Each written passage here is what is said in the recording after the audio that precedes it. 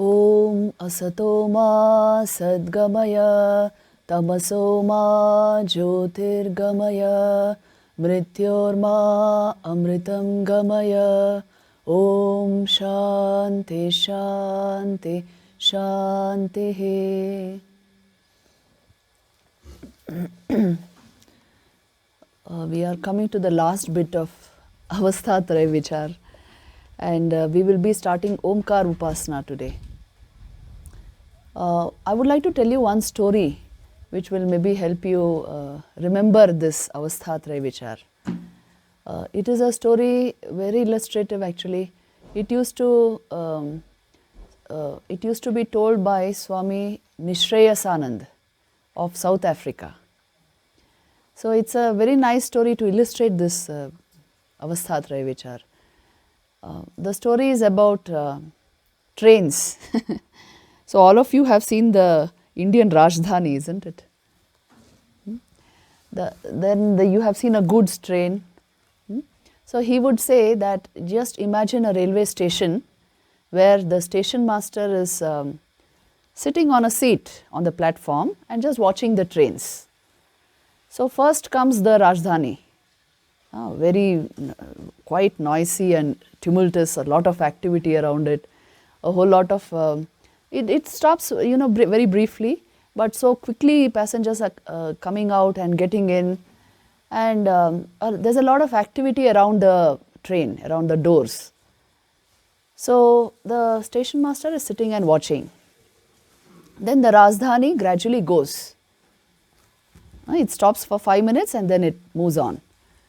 After that comes a goods train. After some half an hour, there's a goods train, and that goods train is, as you know, it is closed, carries only goods and no activity around the train. It stops for a few minutes and goes on.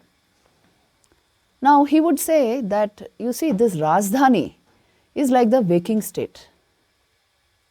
Okay, a lot of activity, hoi choi, means your senses are active, the mind is active, and when the Rajdhani comes, everybody is like sort of, full of energy, and then a whole lot of people moving in and out, and then it passes. So the waking state is like that.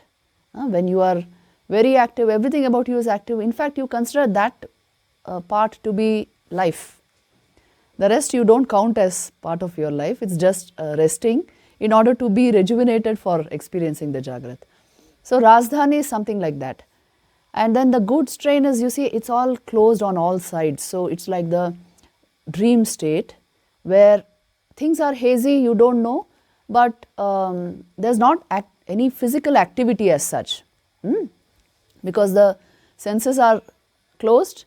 Mind also, in a sense, it's off, but the subconscious mind is active. So it's not completely shut down. So it's a kind of closed thing with not too much activity, but a certain level of experience. That is the goods train, it's like that. And the station master is watching both. Then the goods train also moves on, and then the station master is sitting right there, and he sees now there is no train for a long time.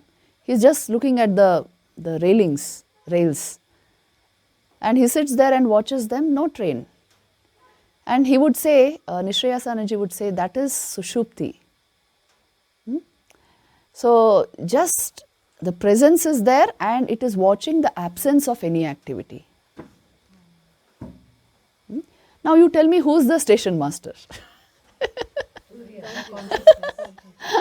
The self, obviously, because he is always present. He watched the Rajdhani, he watched the goods train, and now he is just watching the rails and no train.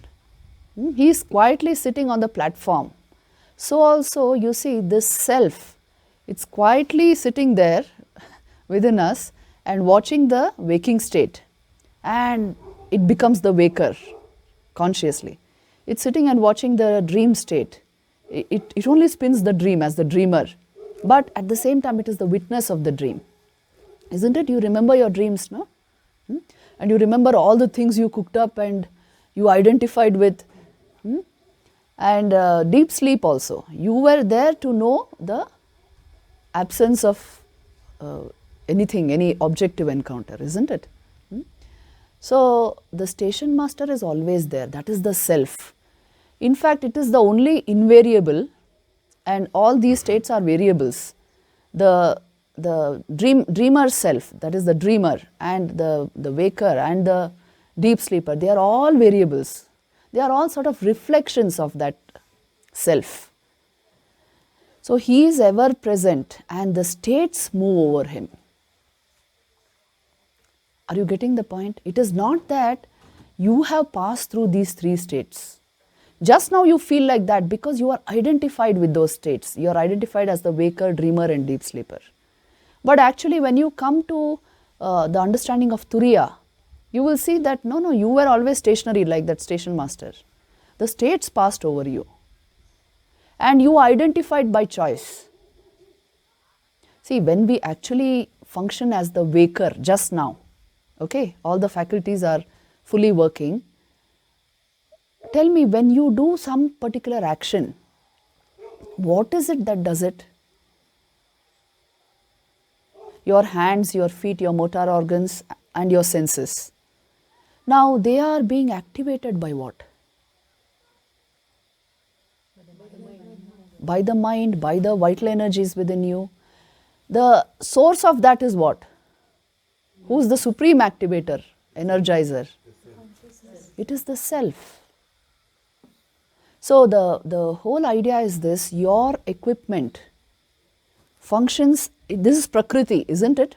Because of the presence of the Purusha, the Prakriti is functioning automatically. It's not that you are the doer. In your presence, Prakriti is having things done. Actually speaking, it is like that. See, this idea is from the Bhagavad Gita. Always Prakriti is working. But the Purusha, because of his confusion, tends to identify the activity with himself and claims to be the doer. If you actually see the life of a saint or a realized master, there is no sense of agentship that characterizes him. There is no sense of doership. He will not attribute anything to himself because it's a burden, it's a bondage to do that for him. He knows very well Prakriti is functioning. All he can do is, see, to what extent you illumine your equipment from within. That is up to you, up to the Purusha. Isn't it? Purusha is untouched by all of this actually. And Prakriti is working. Purusha is just shining on the whole thing. But this tendency to think, I work, just because my hands and feet worked, see, they are mine, they are not me. Isn't it? The body is it me? It's mine. Everything about the body is mine, but it is not me. And awareness is somewhere apart from this. See, you may say, no, the body is very well, actually, body has memory, each cell has memory and awareness. You may say that, but how Vedanta is saying it is, see, you become aware of the body. Does the body become aware of you? Tell me. We become aware of the body as an object, isn't it? The body doesn't become aware of us, which means somewhere the subject is localized in the subject, in the self. It is not localized in what you perceive as an object, and you perceive body as object. This is how Vedanta is seeing it. Yes, memory filters into each cell has a conscious element in it, all that is true, biologically speaking. But your cells don't have a sense of themselves. This is what I am saying. Do they have? Do they claim an I? Nothing in you claims an I. You see this, please. But somewhere you say I. Now, what is that which says I? See, your mobile phones do 1,000 times more work than you, isn't it? Are they self-conscious? Do they say, I am doing it? No. But I claim I am doing my work. See, this is the problem. We have a sense of agentship based on the conscious agent within us. But we left that guy unexplored. We never tried to see who's the conscious agent in us. What is its nature? If you penetrate and see, it is only consciousness shining from deep within. Because everything else shines in its ambit, it seems to become conscious, like the body and the mind, and functions as an agent. There is no real ego or agent in us. It's just a fancy idea actually. So to try to become unegoistic and you don't have to try. If you know reality as it is, you will not become egoistic. Vedanta is a penetration into the very foundations of what you are calling an ego. In the incontrovertible experience of the self as I, that I sense, the source of that, it's a penetration into that. It can never make you egoistic or grant you a sense of doership which an unexplored mind does. When you don't make this kind of an exploration, you will lay claim to a whole lot of things which actually you are not doing. See, your own body, are you running it? Tell me, you are dictating your heart to beat or beat fast or beat slow or any organ for that matter. Are we commanding it to perform its function? No. We would perhaps do better sometimes. The way things keep functioning by themselves. What I am trying to say is, you are not in charge of your body. Somewhere you are completely detached from this equipment, but you are identified with it by choice. You chose to appear as this individual. You chose to sport as a particular personality. That is why you appear to be so. It's a world of appearances. There's no reality there. If you want to know the truth about something, you must arrest mind activity and see the thing as it is, so that your mind does not contribute its silly understanding and stuff. If you try to see it like that, you will see, actually speaking, the body is functioning independent of me. The mind also is functioning independent of me. Although, you see, it's a strange thing to say, no, my mind is functioning independent of me.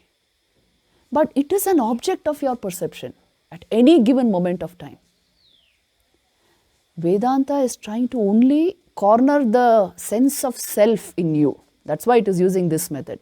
This is a Vedanta Vichar, a kind of inquiry technique which tries to show you that the essence of subjectivity does not lie in the body-mind complex. It is always an object of perception. So you see, that's why I become aware of the body does not become aware of me. See, I become aware, I moved my feet, I'm moving my hands. My hands are not aware of me, isn't it? Anything I do with this body, I become aware of it, and not vice versa. So also my thoughts, I am aware of the thoughts going on in my mind. The more conscious I am, the more aware I will be. But are my thoughts aware of me? How strange that would be, no, if my thoughts became aware of me. No such thing. Because the self-conscious agent, he alone gets the identity of a doer. Agentship comes to him. None of this is self-conscious by itself. It functions on borrowed light, which means borrowed awareness from the self. And appears to be conscious, that is why it doesn't have the sense of I. And so no agentship. It is just going on like a machine. Isn't it? But we don't explore this idea. Somewhere in you, there is, you know very well, awareness is at the core. But I like to present myself as a personality, as an individual. So a sense of I-ness and a sense of agentship, doership, karta and bhokta. These two words are often used in Vedanta to indicate this much only, that you are functioning, appearing like that. You are not actually like that. Prakriti is doing all the work, whether you like it or not, whether you understand it or not, whether you realize it or not. This is the fact of your life. Prakriti alone works. You attribute her work to yourself, well, that's your problem then. That is just like attributing somebody's work to oneself, you know. Plagiarism, we would call it in writing. Something like that.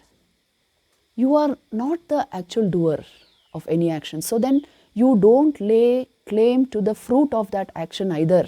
That is the message of the Bhagavad Gita. That is why karmanye vadhikaraste ma phaleshu kadachana. Because that is in the very nature of things, that is the truth. But for that you need this intense subjectivity, the understanding of this in order to understand the message of the Bhagavad Gita, in order to understand how life functions. Otherwise, I will keep claiming to be doing everything, even what I am not doing, what I am not thinking. I can lay claim to a whole lot of things. In fact, that is what the uninvestigated mind always does. So your karta and bhokta, this identity is completely false according to Vedanta. You are neither the doer nor the enjoyer of the fruits of your actions. When you take this stand, when you realize this stand, then you become free of anything that can affect you from the external, because you are free of your karma phal. Your work will then be like a spontaneous flow of energy wherever it is required. You see, like water here. Water has this capacity, it can climb through pipes to any height, isn't it? That is why we are able to use water even here. So like this, wherever required, your energy will flow, but with no claim behind it. So this is the mature life, where really you have understood the depths of your being and you will never identify yourself falsely. So when you haven't erected a false I, there's no question of defending it. When you haven't erected a false I, there is no question of polishing it or refining it. So then you won't waste life on unnecessary things, isn't it? You check your life and see how much of it is wasted. Vivekananda used to say this, 99% of our energy is wasted in showing ourselves to be what we are not. This silliness will go from our lives. You will understand actual progress and human development means to become more and more conscious from within, and not putting up a whole lot of infrastructure and claiming to be this and that, and that is not the sheer glory of human life. The glory of the human experience lies in becoming more alive from within, by yourself. So you experience life in full. Don't confuse it with the external things you use to intensify your vital energies. You use drinks and drugs and all sorts of illicit relationships. All these people are using only because they cannot become alive from within by themselves. So the more conscious you become from within, through the practice of yoga, through the understanding of Vedanta, the more you will see your happiness really lies in your hands. Your life experience really lies in your hands. So this avasthatraya vichara is a very powerful technique to do that. Because it takes you directly to the fact that you are the unchanging witness of all these states, always. Even before you realized it through avasthatraya vichara, you were that. Now when you realize that you are that, and later on when you will forget this after going back to Delhi, still you will be that only. That identity does not change. It is your very being, yourself. And the rest you are taking up as per your role and function in the world. So once we understand this, then, we get a hold over our own selves. And unnecessary problems, mentations, egoistic thinking, all this will naturally drop out, isn't it? We'll become so mature, we know how to use our time and energy. These are the only two factors in your hands, please see. Your body is not in your hands. Your thoughts are not in your hands at present. But your time and your energies, you can adjust and put them into your hands so that you enrich your experience of life. Spirituality is not about running away from life. It is about learning life skills so that you live life fully. The more alive you are from within, the more you will experience life, and not by collecting 1,000 objects around you. That will in fact dull your life. That will make you dull. It will dull your faculties because it will lead to over dependence on the external. Isn't this true? Check for yourself. So that is why self-knowledge. I remember once when I had to talk on this in the value of self-knowledge. I really thought, well, everything that is valuable is in this. Because it is about going to the heart of life. Isn't it? So how can you draw some points for the value of self-knowledge? If you lack self-knowledge, a solid idea of the uniqueness of your own pure being, if you lack that, you will function like a jada vastu. You know, they use that term. And you will actually be a bala, which means a childlike, immature individual. Childish by nature. So, let us see, sometimes we grow old before we grow up. Isn't it? So, let that not happen to us. We should grow up in this knowledge. Today, let's go into the 8th mantra. So, this begins the Avasthatraya Vichar is done now. And question answer session, if you have more questions on that, we can take that up. But now let's go a little into this Omkar Upasana.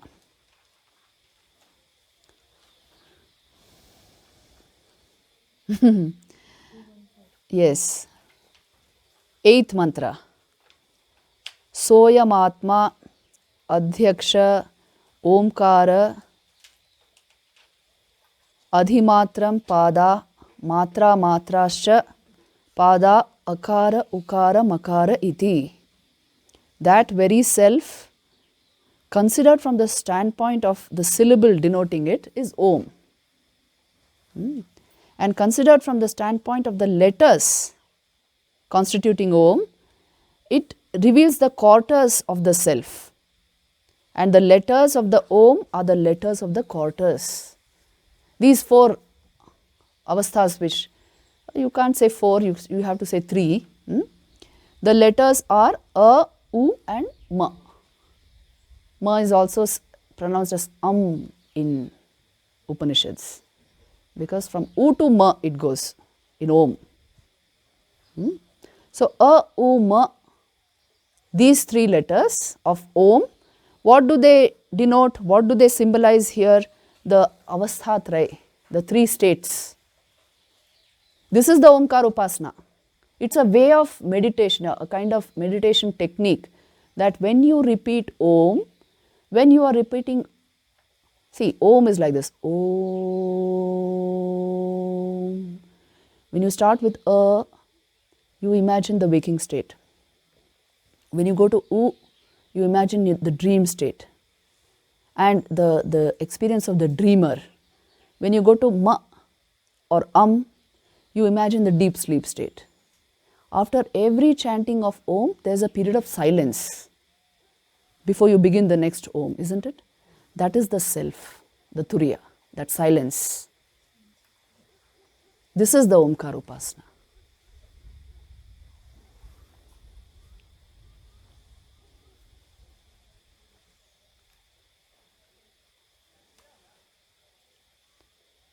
Adhi Aksharam means this. From the standpoint of the syllable Om, the Avasthatraya is explained.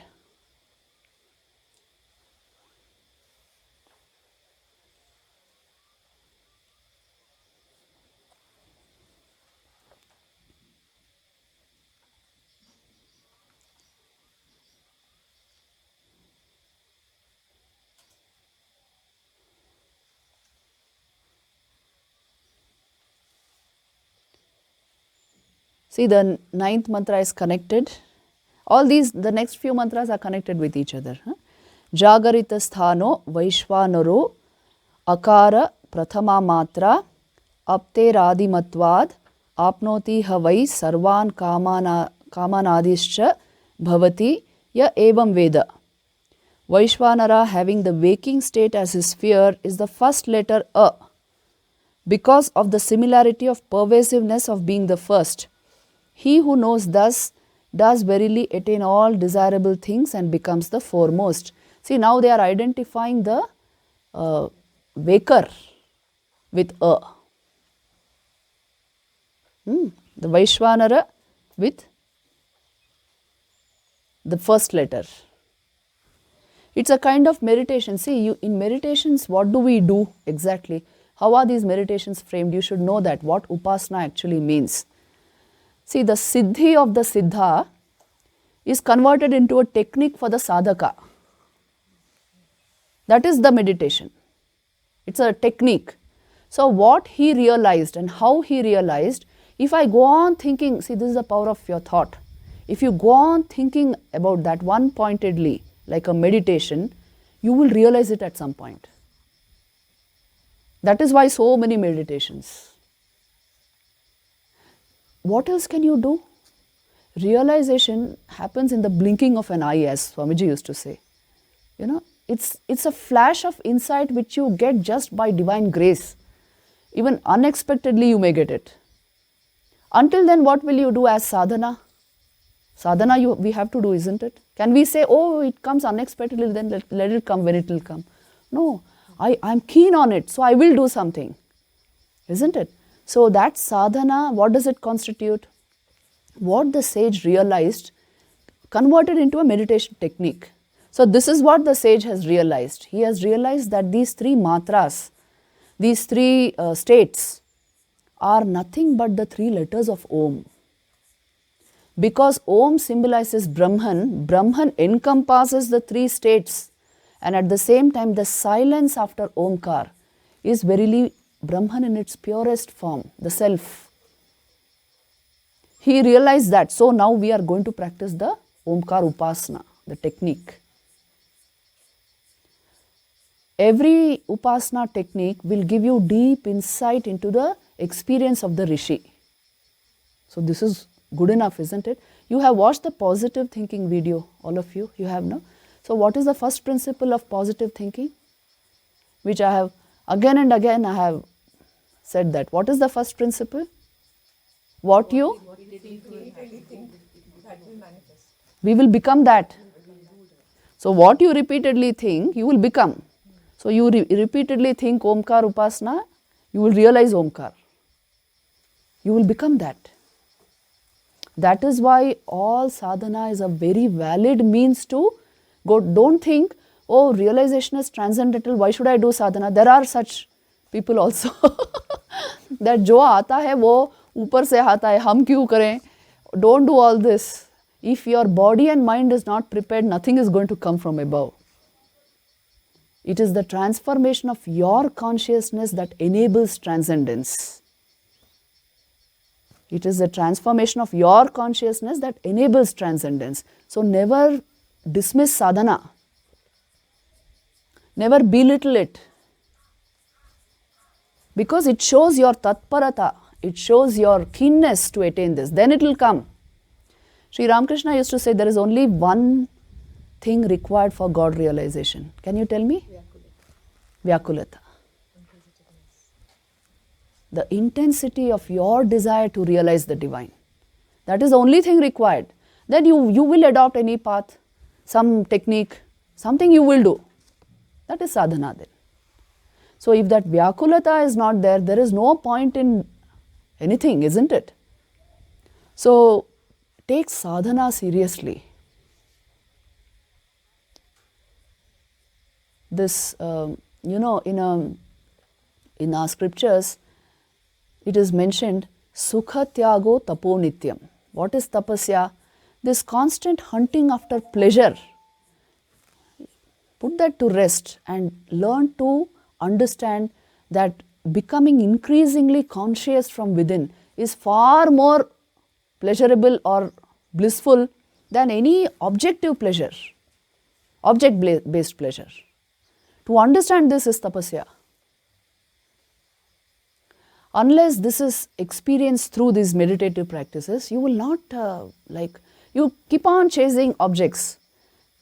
Like for youngsters we say this, okay, you experiment and see in your own life the hedonic treadmill, immediately you will understand. Have a cake every day for 5 days. what will happen? Then no more all that very, this thing for cakes will go. This is in the very nature of human experience. The senses are so limited beyond a certain reach, they will collapse. And we are wanting to get superlative happiness from those senses. This is the mistake. This is the error in human life. Adhyas begins from this. Then in order to get that pleasure, you identify yourself with the body all the more. Isn't it? This is the adhyas. So wrong thinking is at the mool, the heart of all our problems. That's why, in the Yoga Sutras, these 5 kleshas, you can say afflictions, are described. And the mool, the root of that is avidya, ignorance. You don't know who you are, so you are identifying with a whole lot of things and trying to be this and that and that and that. And the world expects you to be all that, okay? Because, two shaky beings relate with each other. Two steady minds will relate with each other, and two shaky minds will relate with each other. So the world will expect you to be this and that and that. Okay, as a role you can play whatever role you want. After all, personality is persona, I told you, mask. But if you think you are that, it's a solid mistake. It's only when we identify ourselves wrongly that desire spurs up and tries to deflect your knowledge. Because now, see, suppose now you want this or that, so you identify yourself with something, the ego comes into play. At once it will, the whole senses and mind become outward bound. You will keep on chasing that object until it shows you it is meaningless. So most people's lives go like this. And today psychology has studied this in such a way that they have come to the solid, that Parma theory, it's so interesting. Earlier it was in positive psychology, it is Martin Seligman's work. Initially he identified happiness as, H he said was P plus E plus M. P is pleasure, E is engagement, M is meaning. And he clearly saw that pleasure gives less happiness than engagement, and engagement is lesser than meaning, which means if your life is deeply meaningful, you actually can do away with pleasure and even engagement. And if not, at least be deeply engaged in something and you'll have a whole lot of pleasure, you'll have a whole lot of happiness, you can do away with pleasure. He saw this clearly. Today they have another theory called PERMA, which means where happiness is equal to this PERMA actually means P stands not for pleasure but for positive thought, positive effect. They understood this. And E stands for engagement, R stands for good healthy relationships, M stands for meaning, A stands for achievement, which is self-satisfying, means higher level achievements. So now this is their definition of happiness, PERMA. It's a new theory. So everybody understands the limitations of the senses. And it should not take a human being a long time to understand that, because then it will be sheer waste of human energy. See, what we consider ourselves to be, according to that is the kind of civilization you will create. If you think you are matter, you are mere body, you will create a material civilization only. Because you will think only the objects of the senses are going to give me some level of joy. There is no joy beyond that. If you think you are the mind, we will create a knowledge society, which we have created. If you think you are the spirit, what kind of a society you will create? Yeah, it will be a value-based society. For you, values will be the topmost thing. And consciousness will feature prime in your goals. Your idea of development will be how deeply conscious I become from within. How I can handle my mind better. How calm I become from within. These will be your goals. So a society which is really rich in values, because the beauty of self-knowledge is, once you know Like I told you, I think in one of the classes, see, just like how if you are identified with the body, everything of the body you consider as me, isn't it? But if I am identified with awareness, everything in that awareness will be me. And there is nothing apart from awareness. So everybody in a sense is like your reflection, a part of you. So naturally values will not have to be taught. When I think you are me, how will I behave with you? You are me in another form. Suppose I think like that. How will I treat you? The way you treat yourself. The way I treat myself. So then will I have to be taught, be kind, be good, be helpful, do good to others? I won't have to be taught that. So spirituality naturally brings in this sense of unity, oneness, and a kind of deep kinship with all creation. You will feel like that for everything actually, not just human beings. Human beings have a mind, so they may deflect your emotion. But what about plants and animals? With everyone you will have that same kinship. So it ushers in all values spontaneously. That is why we will have a real society of great values if we turn spiritual.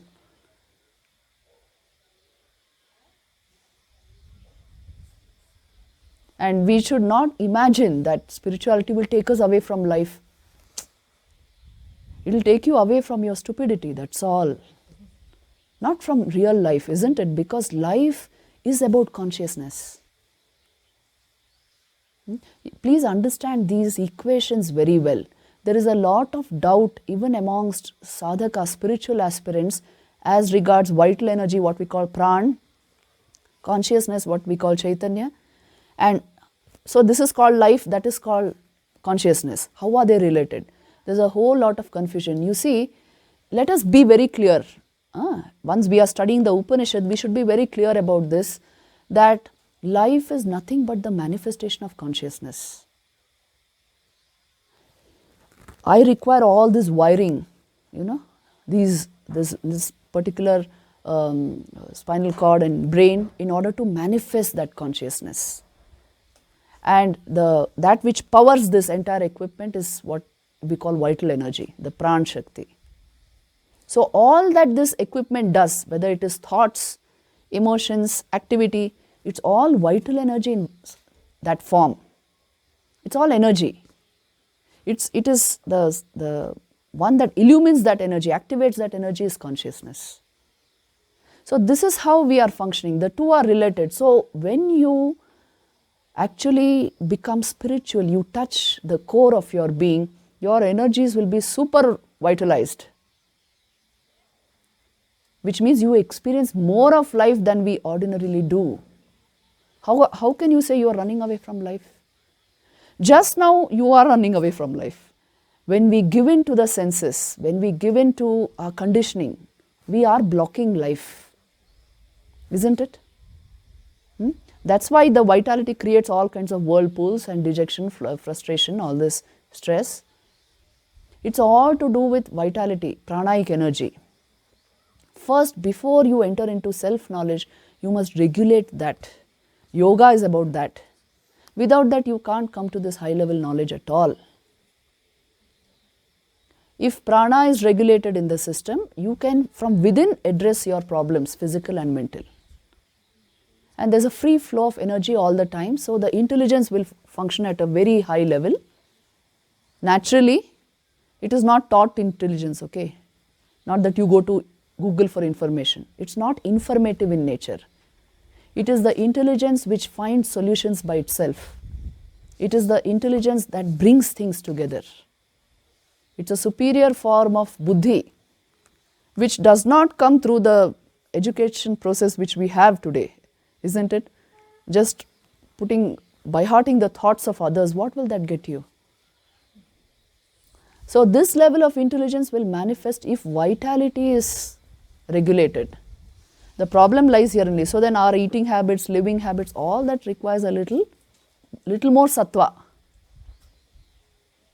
Then vitality automatically gets, when you are in the peak of your vitality, you are just happy by yourself. See, all these treks you are going to. What keeps you so happy all the time? It is this pure air and good water, and the food is sattvic, and you are in nature, and your vitality is not compromised on that silly television program and all sorts of things. So that is why you are feeling so fresh and happy. Understand this. So the deeper we go into this knowledge, the happier only you will, the more living life will manifest. And not the other way around. आजकल ये बोलते हैं ना, आप आश्रम के लिए जा रहे हो, क्यों जा रहे हो इस उम्र में? So don't listen to all that.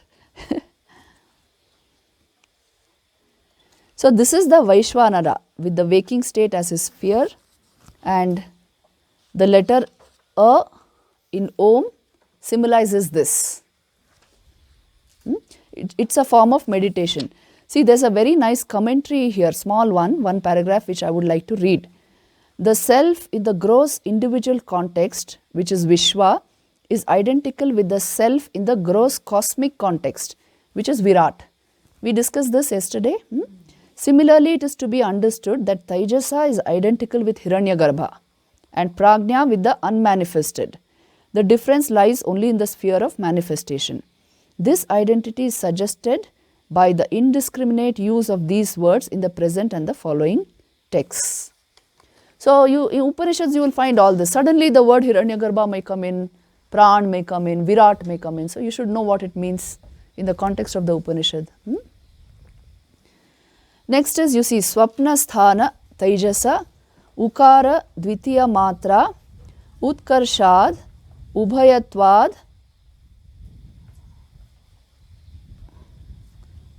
Ubhayatvatva, Tat Utkarshati Havai Jnanasthanam. Jnana Santatim. Utkarshati Havai Jnana Santatim Samanascha Bhavati Na Asya Brahmavit Kule Bhavati Ya Evam Veda. Na Asya Abrahmavit Kule Bhavati.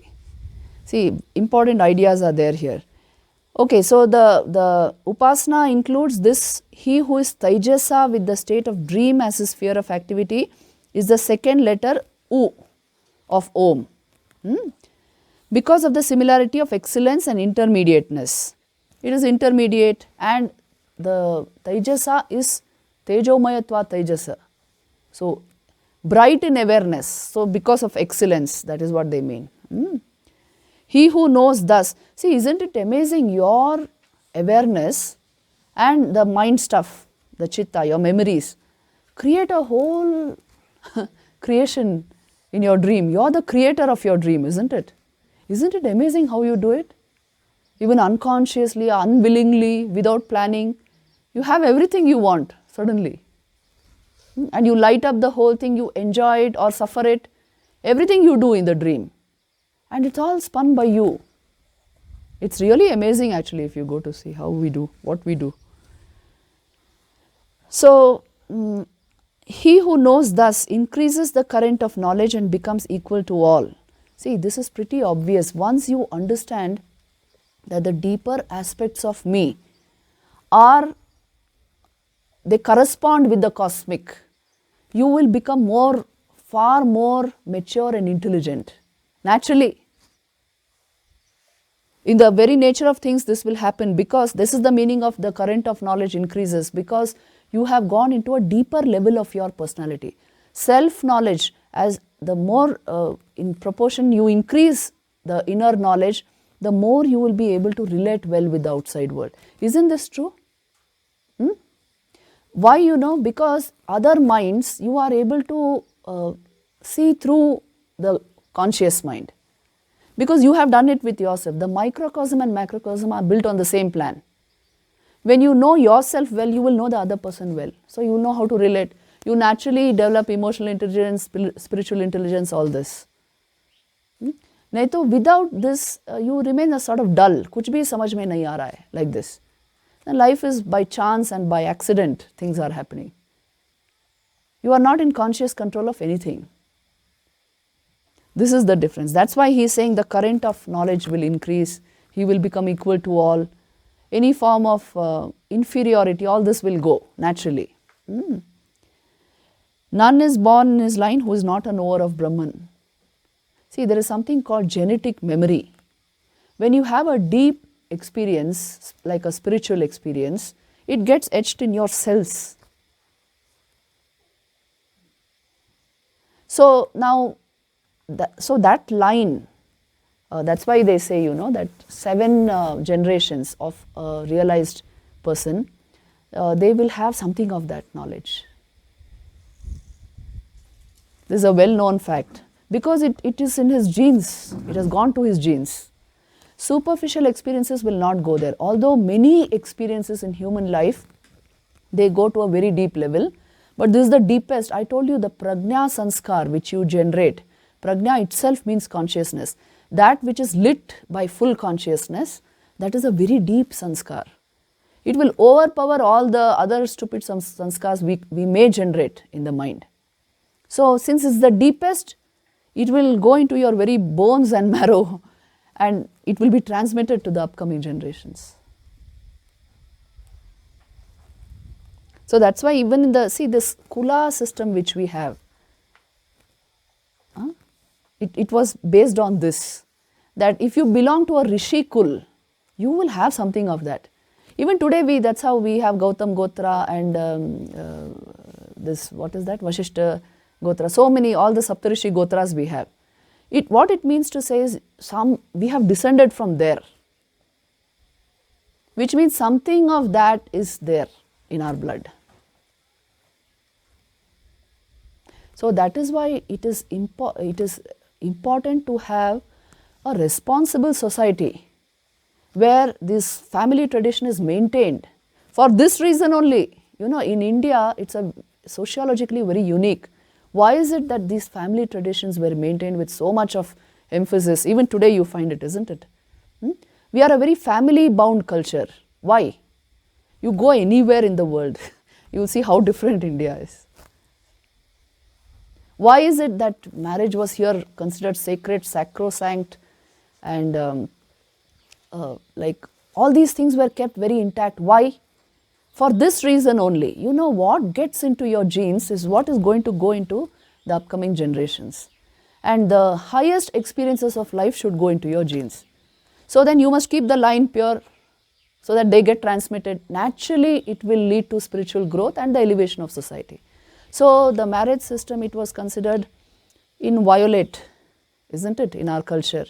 Today, of course, all these crazy youngsters are experimenting with all sorts of things, but you must remember this, that it's a very serious thing and not to be played with. I always make one class on laws of relationships in each of these courses, where I tell this, that see, if you play with your own emotions and the emotions of others and play with relationships, there is no power on earth which can lift you up. Because you are destroying life. You are invoking life in wrong ways and you are destroying it. So you will not be forgiven for that. So don't do it. It's a bad karma, supremely bad karma. That is why family traditions have to be, see, in the Bhagavad Gita, it starts with that. Arjuna is heartbroken because he says this war will break all the family traditions. And this did happen during the invasions, isn't it? So it's a huge loss to the culture and the spiritual stamina of any nation, any country, for this to happen. So you must deliberately invest in it and preserve it, isn't it? So teach this to your children, that there are certain things in life which must be kept inviolate. And if that is not there, you cannot lift life to its glory, no matter what you do. So that is why you see, it is right in the Upanishads. Genetic memory is there, it is saying. It's an important thing. Na asya brahmavit kule, abrahmavit kule bhavati. There will be none born in his line who is not a knower of Brahman. This is the power of this experience. So, I think 11th and 12th mantra, let us take it up tomorrow, since we have a class tomorrow also. There are very many ideas associated with this also. But I would like to point out to one or two more things. See, in the Upanishads, As you know, the Upanishads are scattered in the Vedas, and they were compiled together because it was clearly found that they are not mantras for sacrificial rites. They are handling knowledge at a very high level, and it is actually a science of consciousness they are speaking of. So it was separated into a different form of literature called Upanishad. The goal of this literature is self-knowledge. Just like how we have science of everything else, this is the science of self. But to make it into a science, see, what are the criteria for anything to become science? Can you tell me? Indudi can tell me. Science means to seek, to know. Yes, to seek to know, and what makes, it needs proof. Yes, it should be verifiable, it should be quantifiable, it should be, what did you say? Yes, it should be objective. You should be able to study the object, study it as an object. Then only it becomes a science. It has to come across as a statement of fact. Yes, yes. So there is a valid proof that it is true. Then what else makes it a science? That it is, you can study it. Verifiable. It is, you can, you are able Yes, to it's study universal. Everywhere it holds. So gravitation is as true here as elsewhere. And you discover science. You don't invent science. Because it's already there. It is a collection of universal laws actually. So now, does this knowledge satisfy these criteria or not? Tell me. Is it a makeup of some rishi? Made up by some mind? No. It's very definitely verifiable. It is verifiable. Today it is quantifiable. You know, one of my students in SSU, she is doing a dissertation on Vedanta Didi as part of her contemplative studies. In the 4th semester of PG, they have to write this. Her topic is scales for measuring levels of awareness. That is her topic. So I am her guide in that. Now I myself, we have never invented such scales, okay. So we are putting in together a lot of knowledge, just like how we have scales for happiness, measuring happiness. We are inventing a scale for awareness. How conscious a person is and how decluttered the mind is will decide how aware you are. So if we can, it's a negative, via negativa we are going. If you can find out scales for measuring these, you will know the level of awareness the person has. Subjectively, you can know by yourself, but you require objective means like this to make it a science, as I told you. So all this is going on. Another one is doing research on intuition in the Vedantic sense. So how non-deliberation becomes intuition in a well-developed human mind. This is really a subject of study. There's a difference made between instinct and intuition very clearly. Yes, instinct, reason, intuition, Swamiji said. You have to pass through the gateway of reason, but then you transcend reason. Reason is not all. But then intuition also is part of these subjective sciences, and we require so much more research on that. How it happens, that aha moment. When you just know something without sufficient deliberation, without data, when you just know how it happens. So she is also collecting third person data for all this. Swati Semwal is doing that. So like this, they are doing a whole lot of research along these lines and very interested in all this because it is being presented as a science. Science is that which here it is true, in England it is true, in America it is true, for all time it is true. It goes beyond all these limitations. So if we can find such correlates for awareness, I think that will be a huge step in establishing this as science of consciousness. In the Western paradigm, it is entirely studied as thought function also is consciousness, emotion also is consciousness, willing, all the faculties of the mind are called consciousness. Here it is opposite. None of these is consciousness according to Upanishad. So it's a paradigm shift in thinking and experience. So Upanishads makes for very interesting deep level study if you practice yoga along with it. Isn't it? See, this is not mere ideation and meditation. Are you realizing it? If it was thought about something, you can call it, well, it is purely a mental construct, how I perceive it. But if it is not thought about something, if it's just the analysis of the conscious experience, obviously it is not somebody's creation, it is just a first person research. For that you require the power of yoga, otherwise you can't proceed beyond a point. Have you seen this also? You can't proceed beyond a point in this research if you don't have the power of yoga. Your mind will not permit it. It will break into vrittis. So this has its own techniques, and if we can over the next few decades, if we can research deeply into all this, we will actually create a science of consciousness based on Upanishads, which I think will be a great boon for humanity. Don't you think so?